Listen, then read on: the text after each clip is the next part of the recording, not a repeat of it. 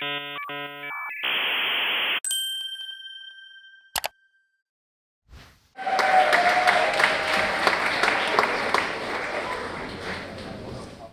right, hey everyone, my name is Ralph. I'm a software developer who likes sales. I've been to quite a few hackathons, over 15. These are some of the ones you might know. And I've also founded Hack the Valley, right over there.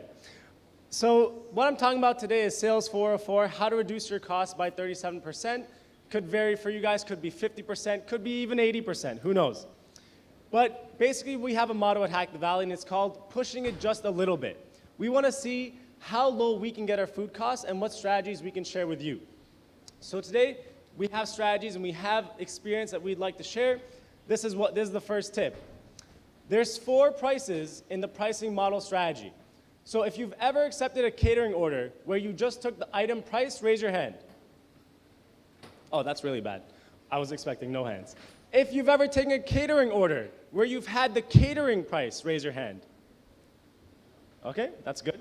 If you've ever taken a catering order where you've had a discount off the catering price, raise your hand. Okay, that's pretty good. Now there's one more stage, and this stage is the cross-negotiation stage, where you're not just talking to one vendor, you're listing all your vendors out, and then even creating new ones that are made up just to lower the price even further. Sorry, Potbelly. But how do you do this? You need a bargain. And there's actually 4 things to bargain. It's not just the price, there's other things you can do too. So the first one is delivery.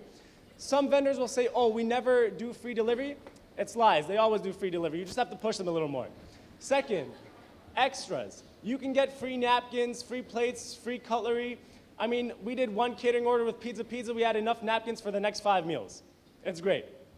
The next one is, it's extra. So it's like coffee machines, even staff on hand from the catering place themselves, like they'll come and serve the food for you. You can keep your team prioritized on other things.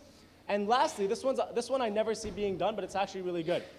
If you're buying something, let's say like a burrito, there's actually very expensive toppings, like, I don't know, a jalapeno or the meat inside. Obviously, you don't want to take out the meat, but you can ask the vendor to take out specific toppings to drastically reduce the price. Imagine, if you have 1,000 hackers, 25 cents reduction times 1,000, it's a lot. But how do you do this on a long-term scale? Well, there's 2 strategies. First one is obviously advertising, and this one, it works, but it doesn't really work. Like you tell them, put a poster, give some flyers. It's okay, but the second one's something that's really cool and really lowers the price drastically across 10 years. And it's something called future projection. So when you're selling your hackathon to the vendor, don't just say, oh, this is Hack the Valley 2, we want to do a catering order with you, what's your quote? Say, hey, we're Hack the Valley, we've been here for 5 years, we're going to be here for 10 more. Would you like to build a relationship and let's get a quote? Because then their profits get dispersed over 10 years, and that's where you start getting the real savings. So let's just recap. So what you want to do is you want to list your vendors out, you want to cross-negotiate between vendors, then you want to bargain down further after the cross-negotiation phase. It doesn't just stop there. And then once you have that, you just want to close the deal and enjoy the savings. Now, what do you want to do with the savings? Well, obviously, it's going to be a few thousand, maybe a few 50,000. Travel reimbursements for me would be nice, but you can decide. And that's basically the end of the talk, and thank you very much. If you'd like to contact me for advanced strategies, feel free to reach out. Thank you.